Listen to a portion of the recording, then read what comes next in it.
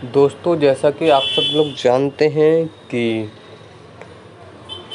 20 तारीख को एकादशी का व्रत है और यह 20 मार्च 2024 को आमलकी एकादशी है। तो इसका महत्व और इसकी कथा के बारे में आज हम आपको बताते हैं।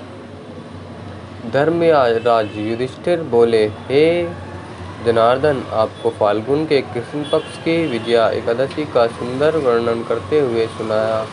अब आप फाल्गुन मास के शुक्ल पक्ष की एकादशी का क्या नाम है तथा उसकी विधि क्या है, कृपया करके आप मुझे बताइए। श्री भगवान बोले, हे राजन, फाल्गुन मास के शुक्ल पक्ष की एकादशी का नाम आमलकी एकादशी है। इस व्रत के कारण और इस व्रत को करने से समस्त पाप नष्ट हो जाते हैं तथा इसके प्रभाव से 1000 गोदान का फल प्राप्त होता है। इस व्रत के करने से समस्त पाप नष्ट हो जाते हैं। हे राजन, अब मैं आपको महर्षि वशिष्ठ जी द्वारा राजा मानधाता को सुनाई पौराणिक कथा के बारे में बताता हूँ। आप इसे ध्यानपूर्वक सुने। आमलकी एकादशी व्रत कथा। राजा मानधाता बोले कि हे वशिष्ठ जी, यदि आप मुझ पर कृपा करें तो किसी ऐसे व्रत की कथा कहिए जिससे मेरा कल्याण हो। महर्षि वशिष्ठ जी बोले कि हे राजन, सब व्रतों से उत्तम और अंत में मोक्ष देने वाले आमलकी एकादशी के व्रत का वर्णन मैं करता हूँ। यह एकादशी फाल्गुन माह के शुक्ल पक्ष में होती है। एक वैदिश नाम का नगर था जिसमें ब्राह्मण, क्षत्रिय, वैश्य और शूद्र चारों वर्ण आनंद सहित रहते थे। उस नगर में सदैव वेद ध्वनि गूंजा करती थी तथा पापी, दुराचारी तथा नास्तिक उस नगर में कोई नहीं था। उस नगर में चैत्ररथ नाम का चंद्रवंशी राजा राज्य करता था। वह अत्यंत विद्वान था तथा धर्मी था। उस नगर में कोई भी व्यक्ति दरिद्र व कंजूस नहीं था।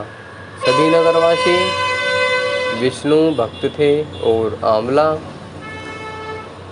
आंबल व्रत स्त्री पुरुष एकादशी का व्रत किया करते थे। एक समय फाल्गुन मास के शुक्ल पक्ष की आमलकी एकादशी आई। उस दिन राजा, प्रजा तथा बाल वृद्ध सबने हर्षपूर्वक व्रत किया। राजा अपनी प्रजा के साथ मंदिर में जाकर पूर्ण कुंभ स्थापित करके धूप, दीप, नवेद, पंचतंत्र, पंचरत्न आदि से धात्री आंवले का पूजन करने लगे और इस प्रकार स्तुति करने लगे। हे धात्री, तुम ब्रह्म स्वरूप हो। तुम ब्रह्मा जी द्वारा उत्पन्न हुए हो और समस्त पापों का नाश करने वाले हो।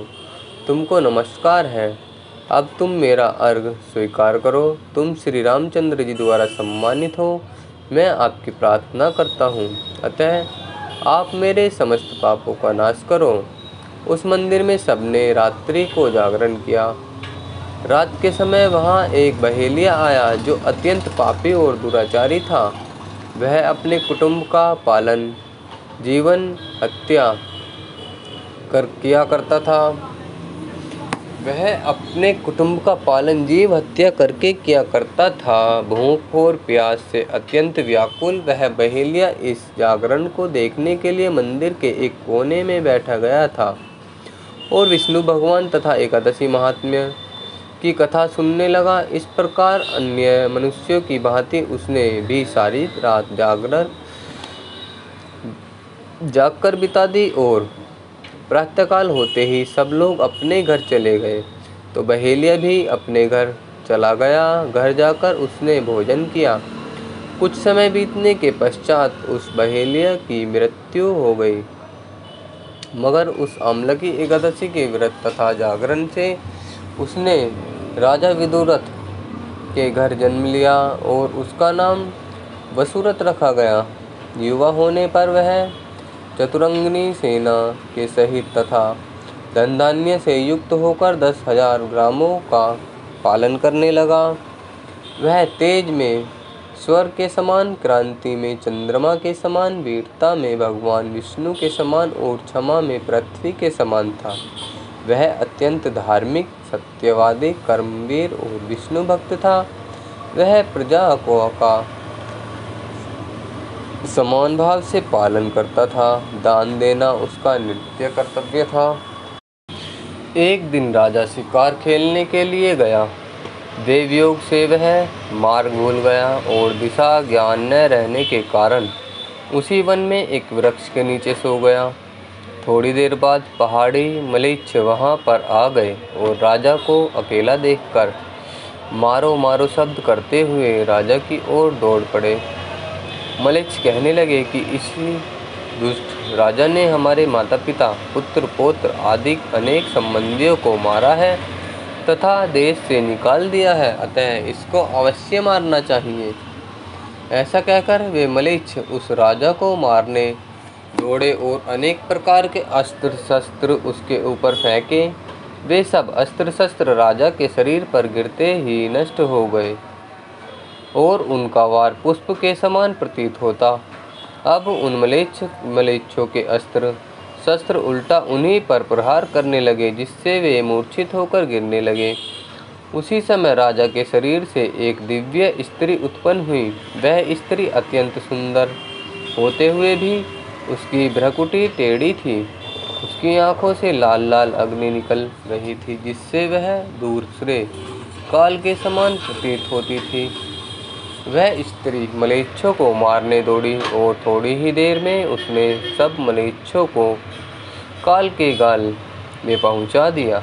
जब राजा सोकर उठा तो उसने मलेच्छों को मरा हुआ देखकर कहा कि इन शत्रुओं को किसने मारा है? इस वन में मेरा कौन हितैषी रहता है? वह ऐसा विचार कर ही रहा था कि आकाशवाणी हुई, हे राजा, इस संसार में विष्णु भगवान के अतिरिक्त कौन तेरी सहायता कर सकता है?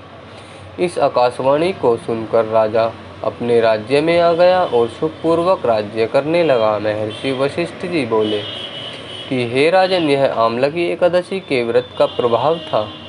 जो मनुष्य इस आमलकी एकादशी का व्रत करते हैं वे प्रत्येक कार्य में सफल होते हैं और अंत में विष्णु लोक को जाते हैं।